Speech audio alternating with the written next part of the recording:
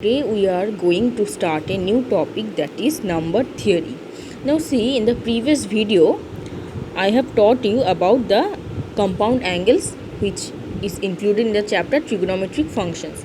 But see, that trigonometry part is very huge part. Okay, trigonometry chapter is very big chapter. So if I will be teaching the trigonometric function that chapter continuously, then you will get bored and I will also get bored.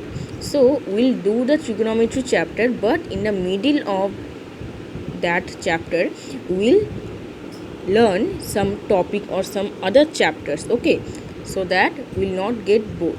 Okay, so up to compound angles we have learned about that trigonometry chapter. So today we'll take a break from that trigonometry chapter and we'll start a new topic. Okay, let's start. Now see, today's topic is number theory.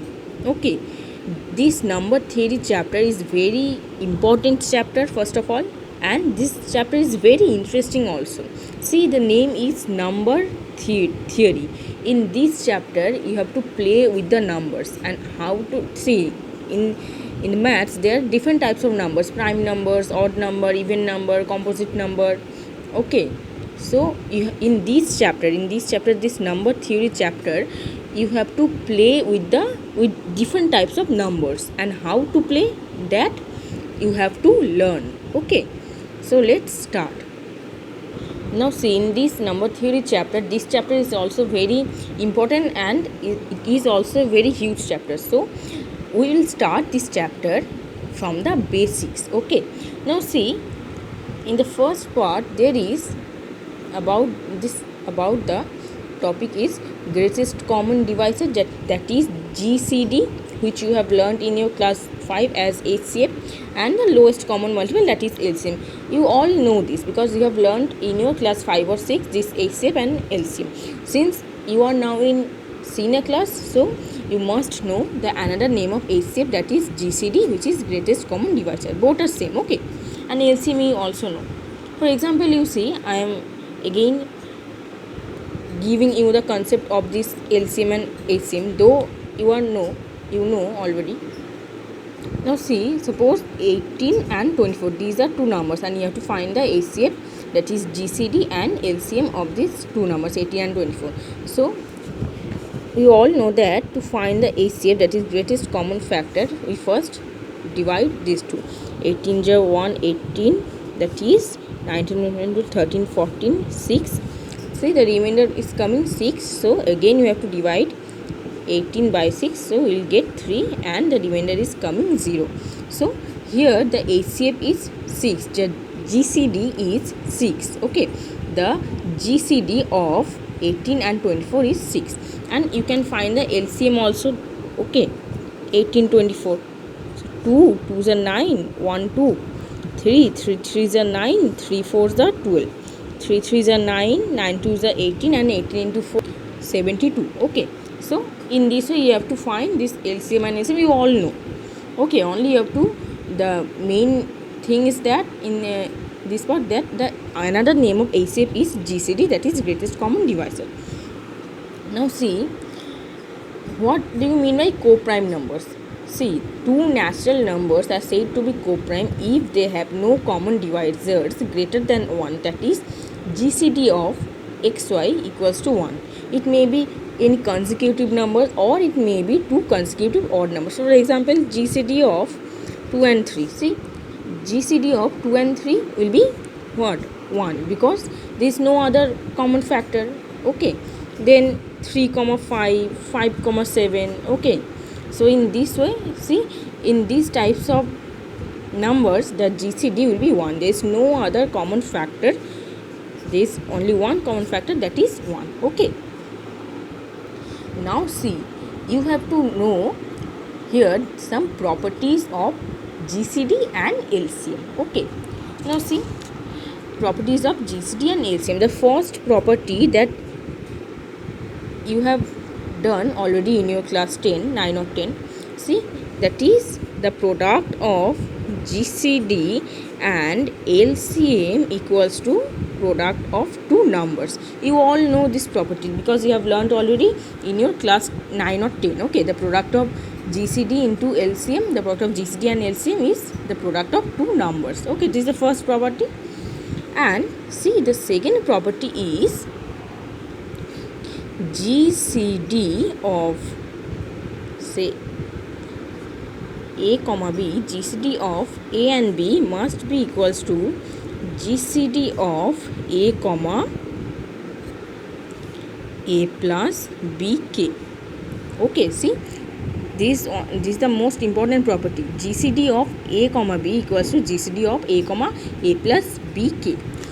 Okay, now the third property, you see, GCD of A comma B, AB equals to GCD of A comma their difference, that is A minus B. See, this second property and this third property both are same. Okay, only you see here I have written A minus B, that is in place of K if we put -1 then we will get A minus B. Okay, this is the most important property, you should know this, and because you have to apply this property. Okay, you have to apply this property in doing the sum. So this is the most important property, you should know this. GCD of AB equals to GCD of A comma their difference, A minus B. GCD of AB equals to GCD of A comma difference, that is A minus B. This you have to remember. And the last property is GCD of any consecutive numbers. Okay, GCD of any consecutive numbers, n comma n plus 1 will be 1. Now see, the total properties are, there are total 4 properties. Okay, the first property you all know, that is the product of GCD and LCM equals to product of the two numbers, and the second and third are almost same. You have to only keep in your mind this third property. Okay, that is GCD of AB equals to GCD of A comma A minus B, and the last one is GCD of any consecutive number, n comma n plus 1 equals to 1. See, the greatest common divisor of 2 comma 3, obviously 1. The greatest common divisor of 2 comma 4, obviously 1. Okay, any two consecutive number, GCD of any two consecutive number must be equals to 1. Okay, so these are the 4 properties. Okay, and these two properties are very important. The first one you know already. So let's start. Now see, in the question given, find GCD of the numbers 2n plus 13 and n plus 7, and n obviously belongs to any integer. Okay, you have to find a GCD of 2n plus 13 and n plus 7. So you have to write in this way, and see, you have to take A. Okay, let us take A equals to n plus 7. Why? See, always take A, the small number. See, which is smaller, 2n plus 13 or n plus 7? Obviously n plus 7. So please take A as n plus 7. Okay, see, you have to write this n plus 7, that is A. GCD of A comma B means A comma A minus B. Okay, so obviously the smaller number, okay, the reduced number or the smaller number will be as usual same. Okay, but the greater number you have to write first, that is 2n plus 13 minus n minus 7. In this way you have to solve. Okay, GCD of A comma B means GCD of A comma A minus B. Okay, so the smaller number will be as it is, but the larger number, okay, the greater number you have to reduce. That's why we do the difference between A and B. The smaller number, see here, n plus 7 and 2n plus 13, the smaller number will be as it is, but the greater number you have to reduce the greater number into smaller one, and for that reason we have to do the difference, that is A comma A minus B. See, okay, then you see it will come n plus 7, then n plus 6. Now see here, n plus 7 and n plus 6, GCD of any two consecutive number we know 1. Okay, now see, n plus 6 and n plus 7, so these are two consecutive number, so the GCD will be 1, the answer will be 1. In this way you have to solve. Okay, the smaller number will be as it is same, and the greater number you have to reduce the greater number into the smaller one, and for that reason we have to do the difference, that is a minus b. Okay, the greater number will reduce to smaller one and the smaller one will be as it is same. In this way you have to do. Now see the next one. See, the next question is given that prove that the fraction 12n plus 1 divided by 30n plus 2 cannot be reduced for any natural number n. See the language properly, cannot be reduced for any natural number n.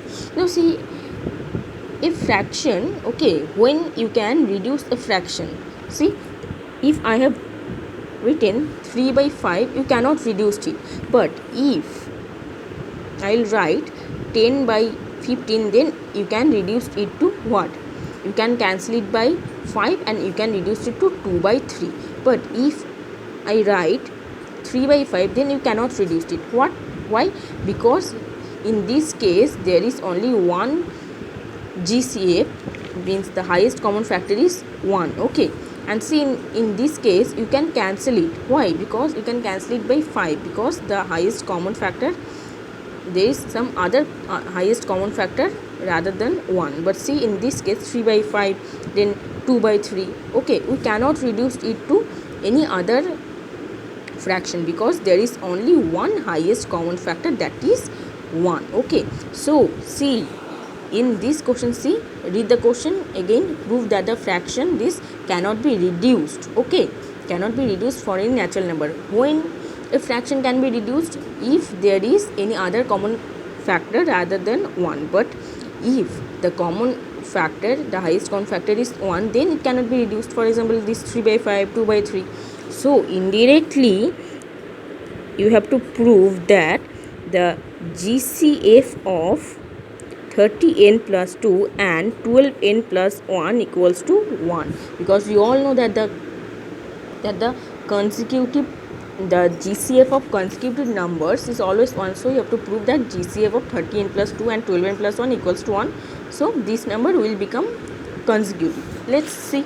Okay, so first we would find the GCF of these two numbers. Okay, the smaller number will be as it is same, and for second number you have to make the difference, that is 30n plus 2 minus 12n minus 1.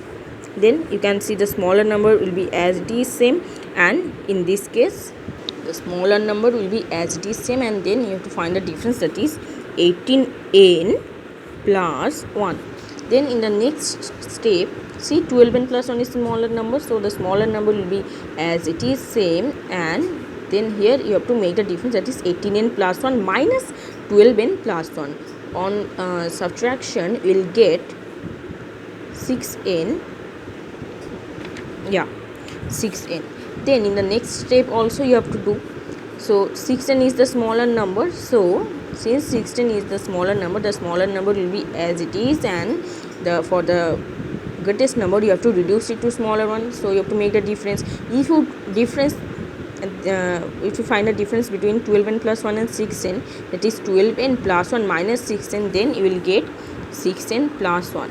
Now you see the GCD in the GCF of, sorry students, this will be GCD, okay, because highest common factor and greatest common divisor or GCF is same. Okay, so this will be GCD. Then see, GCD of 6n plus 1 will be 1, hence proved. Now see, why GCD of 6n plus 1, because see, these are two consecutive numbers, and we have learnt in the properties that the GCD of any two consecutive numbers always 1. Okay, so see, it has been proved.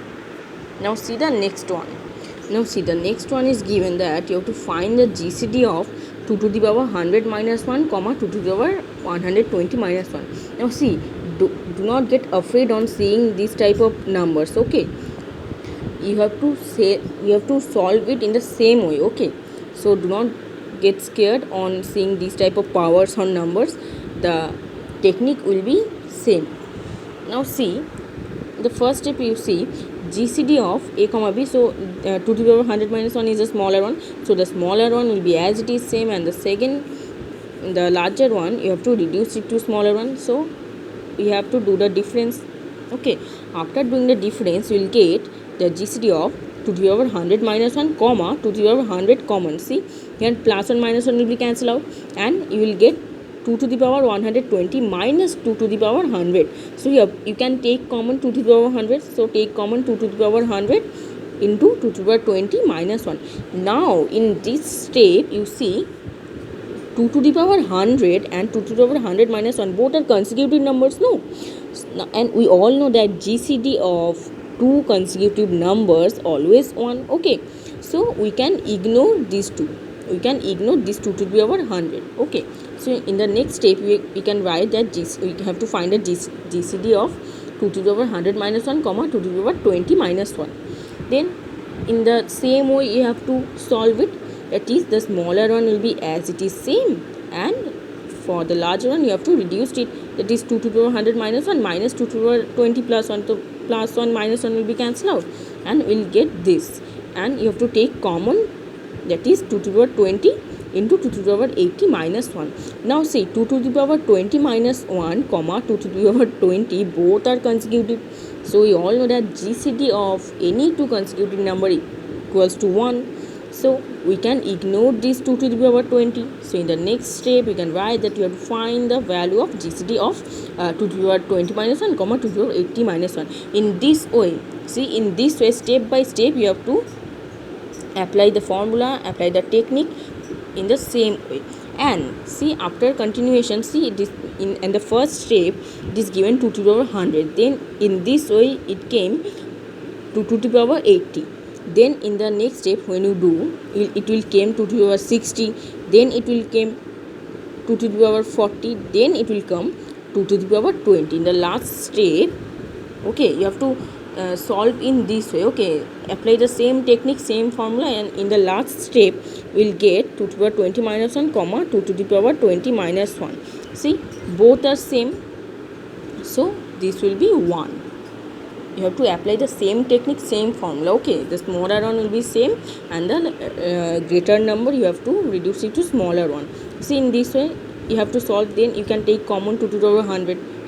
Take, and after taking common you will see that these are two consecutive numbers, and GCD of consecutive numbers always 1, so we can ignore this 2 to the power 100. Then you have to solve by taking these 2 to the power 100 minus 1 comma 2 to the power 20 minus 1. Then again same process you have to proceed in the same way, same process. Okay, see, then it will come 2 to the power 100, it will come 2 to the power 80. Then in the same way, step by step, you will get 2 to the power 60, 2 to the power 40, and then in the last step you will get 2 to the power 20 minus 1. Now see, these are both are same, so obviously 1, the GCD of the same numbers. Okay, and see, there is one trick which you can apply on doing this sum. See, you can solve this question in a very shorter way. Okay, only you have to know one trick. See, the trick is, we all know that x to the power n minus y to the power n equals to x minus y into something, means into any formula or any number, anything else. But we all know that the one of the factor of x to the power n minus y to the power n is x minus y. You all know that x square minus y square equals to x minus y into x plus y. Now see, x, in this way you can see that x to the power n minus y to the power n equals to x minus y into something else. Okay, so this is not the factor, but we all know that one of the factor of x to the power n minus y to the power n is x minus y. Okay, into something else. Now you see, you can apply this formula in this sum. Now see, 2 to the power 100 minus 1, you can write it as, you can write this 2 to the power 20 as 2 to the power 100 as 2 to the power 20 whole 5. Then you can write 1, so 1 to the power 5. Now see, x to the power n minus y to the power n means 2 to the power 20 minus 1. This is one of the factor of this 2 to the power 100 minus 1.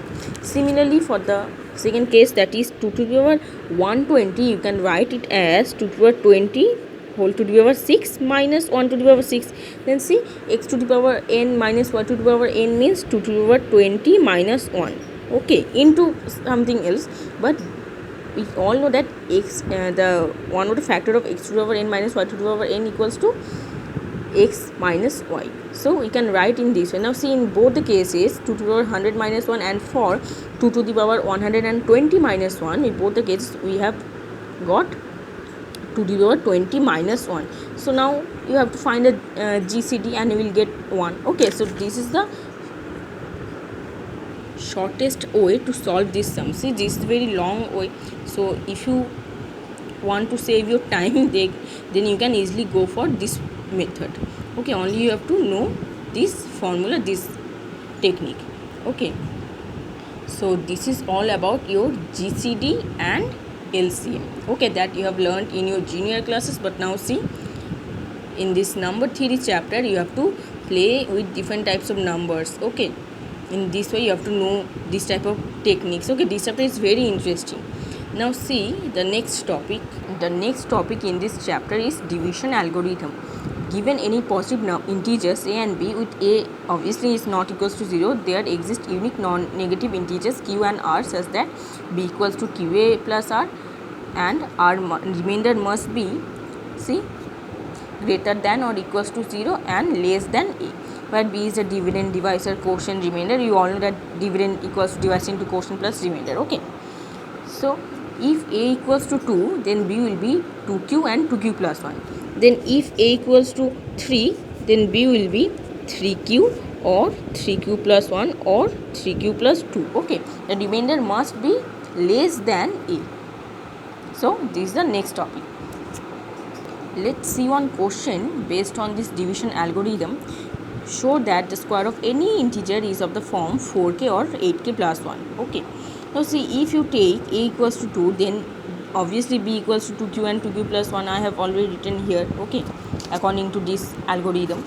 Now see, if for case 1, if we take b equals to 2q, then the square of any integer, so 2q square will be what? 4q square. So you can write it as 4k. So it's okay, in the form of, it is in the form of 4k. But in the second case, you see, if b equals to 2q plus 1, then 2q plus 1 whole square equals to 4q square plus 4q plus 1. Now you have to take common here, that is 4q into q plus 1 plus 1. Now see, here q and q plus 1 both are consecutive integers. Okay, both are consecutive integers, and we all know that the product of any two consecutive integers is always even. 2 into 3, 3 into 4. Okay, the product of any two consecutive integers is always even. So we can write it as 4 into 2k plus 1, where k is any constant. So we have got, that is, it is of the form 4k and 8k plus 1. This question is based on division algorithm. And see, there is another information that you have to know, that is, any prime number greater than 3 can be written in the form 6k plus minus 1. Okay, suppose 5, we can write it as 6 minus 1. Suppose 7, we can write it as 6 plus 1. Okay, then if we take 11, then we can write it as 6 into 2, 12 minus 1. Okay, so any prime number greater than 3 can be written in the form 6k plus minus 1. This is the additional information that you should know. Any prime number greater than 3 can be written in the form 6k plus minus 1. See, I have already shown you the examples. Okay, if I take 13, then we can write 6 into 2 plus 1. Okay, so today up to this is all about the basics of this number theory chapter. This chapter is very interesting. You have already done the basic part of this chapter. Here in this chapter, in this number theory chapter, you have to play with the numbers. Okay, and you will know about many types of numbers. Okay, many theorem based on these chapters, based on numbers. Okay, so this is all about the basics of this chapter. In the next video, there will be more topics of this chapter. So today up to this.